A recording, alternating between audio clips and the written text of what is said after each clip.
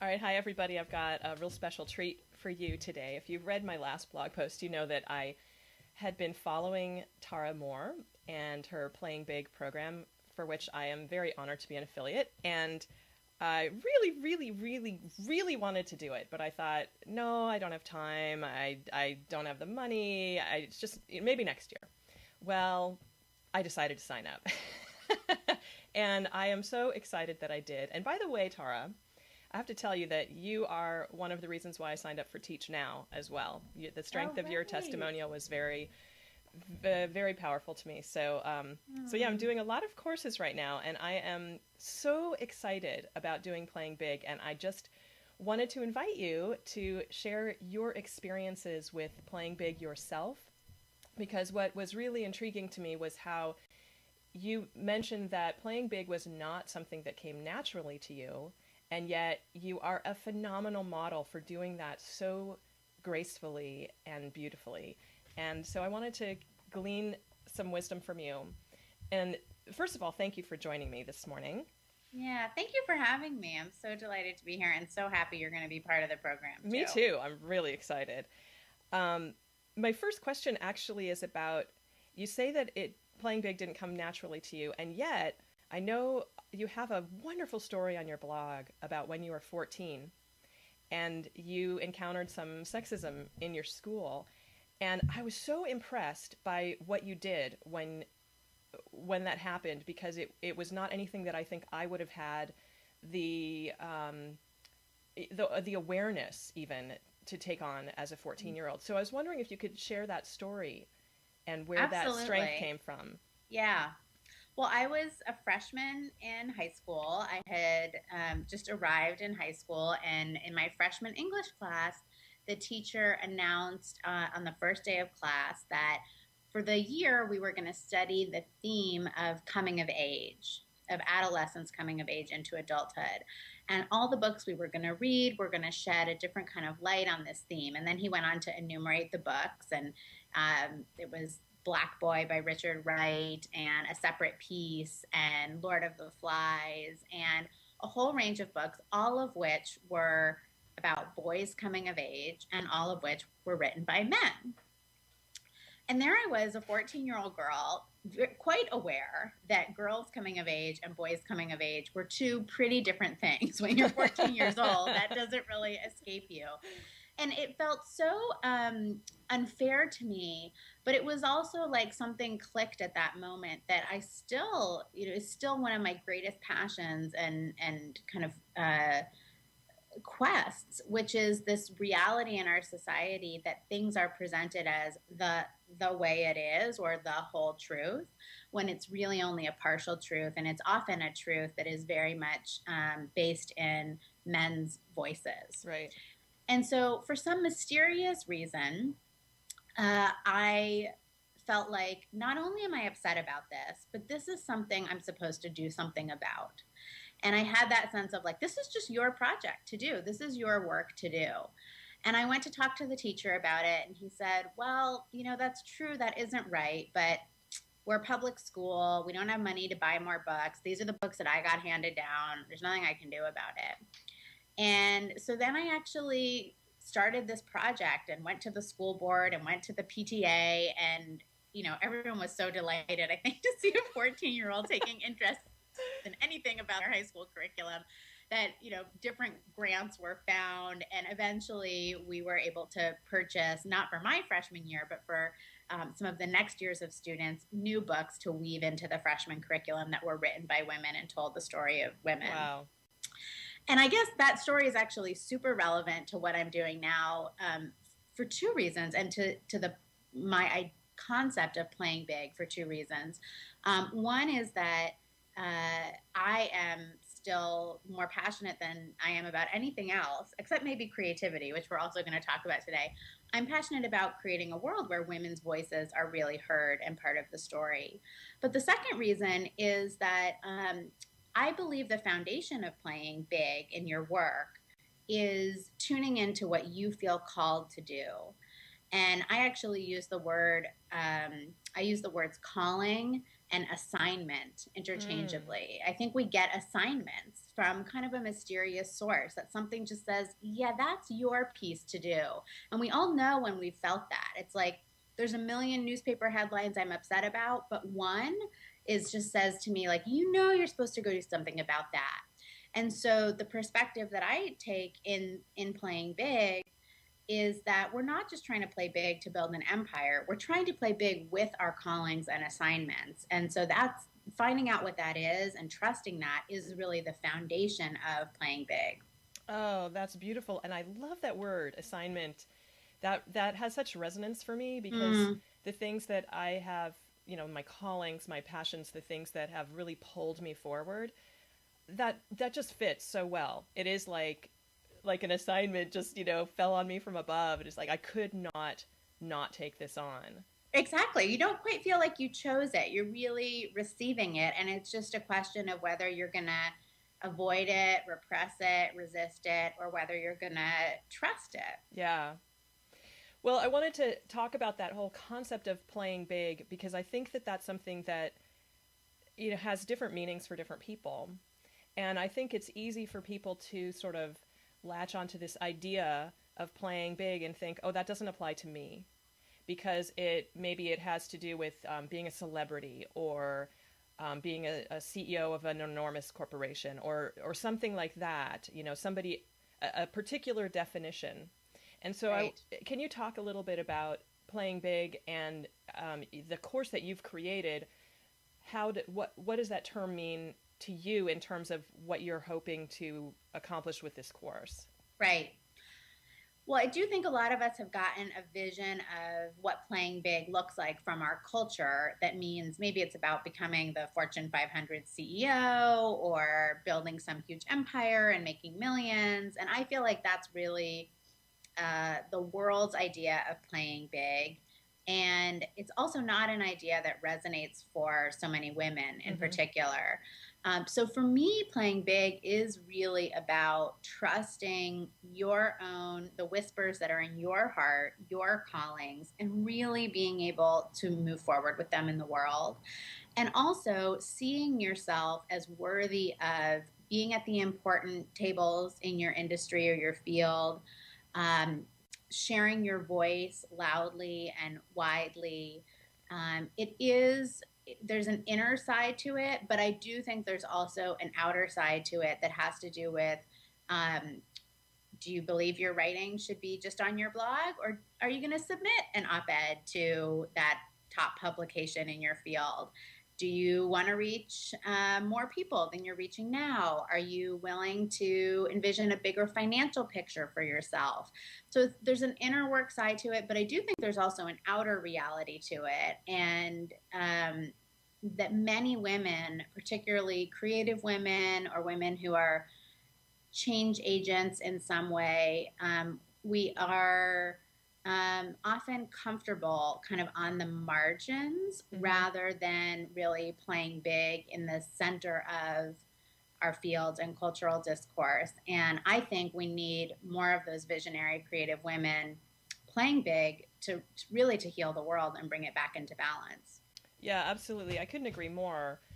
And I think, what you were just talking about speaks so much to that, like you were talking about the inner work that has to get done. And I know for myself, I I've paid attention over the past couple decades or something of where not only the places where I might silence myself, but the things what I'm afraid of and Mm, the the ways that I have installed, I think of it in terms of installing a glass ceiling above my own head, because there are ways in which we each of us have a feeling of limit around what our possibilities are, and more often than not, I really believe that feeling of limit is something that we have been programmed with by the way we've been raised.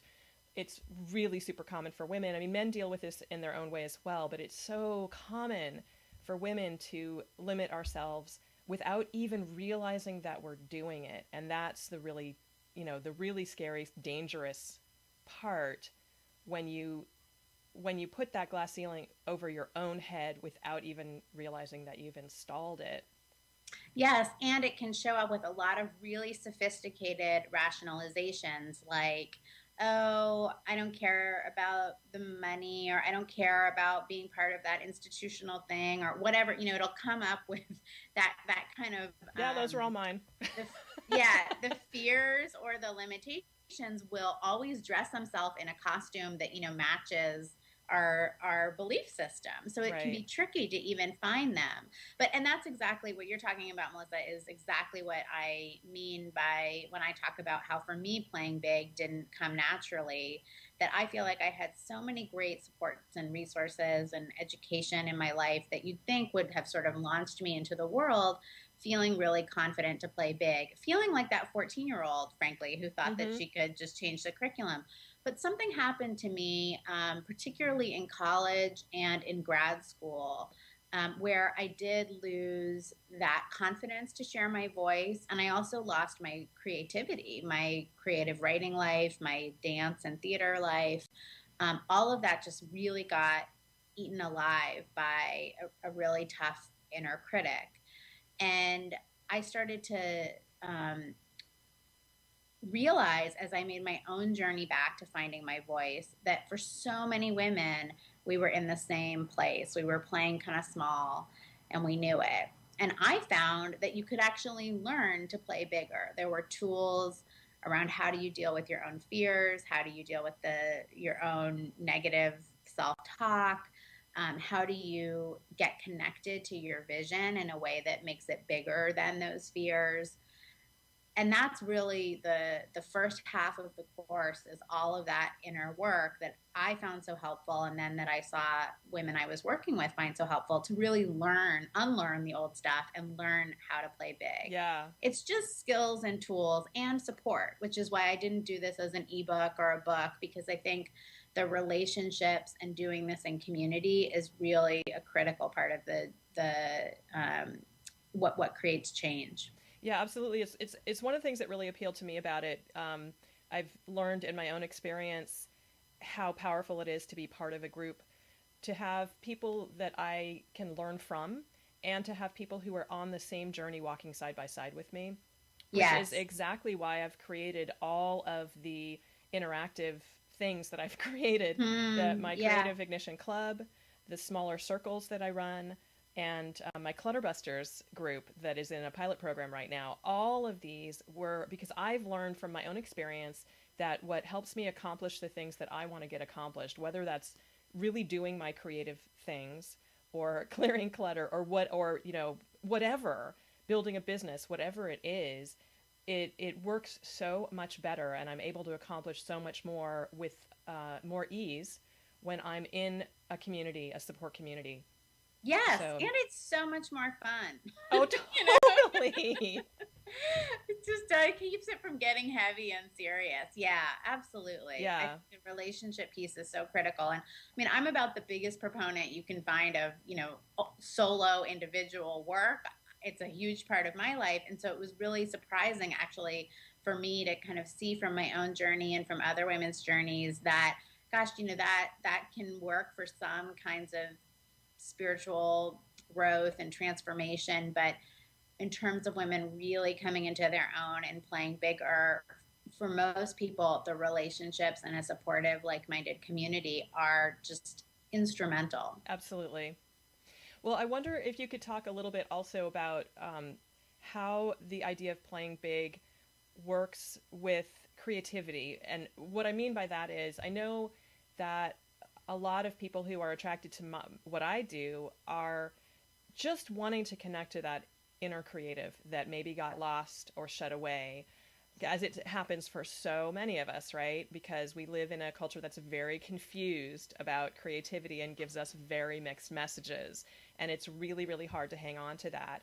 So, not everybody who follows me is interested, in this notion of maybe, having a business or getting into published in a big publication or any of those sort of signs or, of playing big, as it Yeah. were.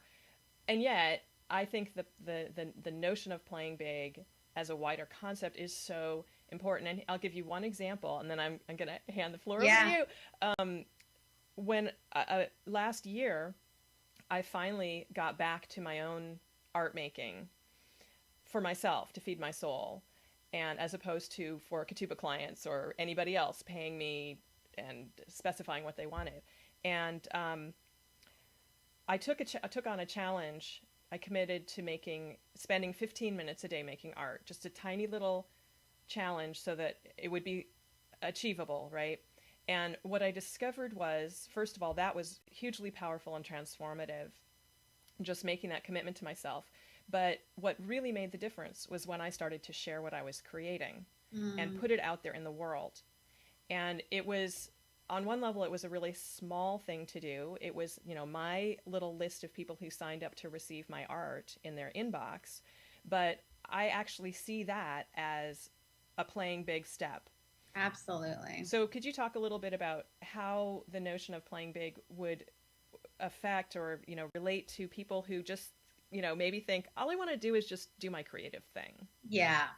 Well, I'll say first, for myself, I think of myself really first and foremost as an artist before I would use the term coach or entrepreneur, because I uh, really see all of the work that I'm doing as it's creative production of content and ideas, and usually for me that happens through writing.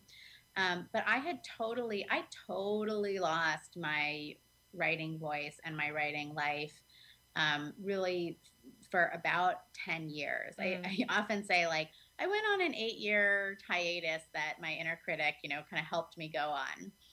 And I was so torn up about, am I a good writer enough or not? And what will people think? And I mean, I was just paralyzed to even write.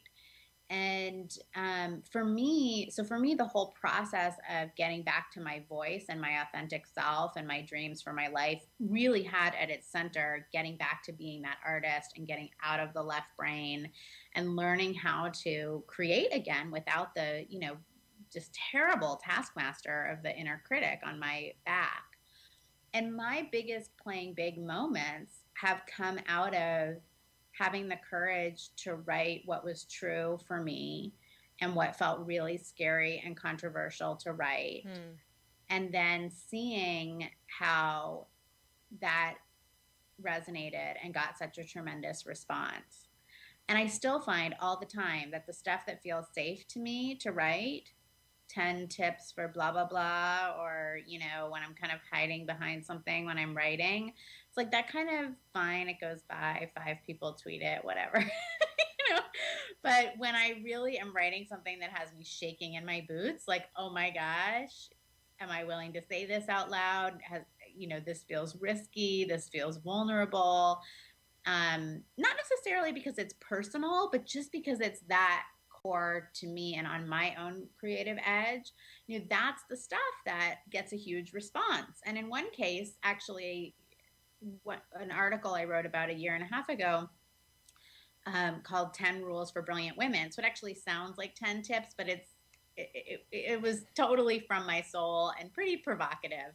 Um, I remember just being in sheer terror about putting it out there. And only because I had done all that playing big work on trusting my voice and silencing the inner critic did I put it out there. And it's become this phenomenon. Like, I was on the Today Show in October with a whole segment about it. And, a year and a half later, every day, new people are still sharing it on social media. And I mean, it's been pretty incredible. So I think it's really, the work is one and the same. I mean, I could actually have called this class, uh, liberating your creative voice. Mm-hmm. And the work is the same. It's getting clear on what you have to say, learning the tools to manage the stuff that holds you back, and then putting some action in place to really start doing your work and sharing it in the world. Beautifully said. Yeah. Well, I can't tell you how excited I am to do this Ah, course. And I really appreciate you taking the time to talk with me this morning. It's such a treat. It's such a treat to see your beautiful thank face you. You and to too. get your great wisdom. And You too. Yeah, here's to the next 6 months together. Yes, cheers. It's going to be a fabulous journey. I'm so glad you're going to be on it. And I want to invite everybody else to come on it too. Yeah, join us. There's a link below. All right. Thank you so much, Tara. Okay. Have a Bye, great day. Melissa. Bye.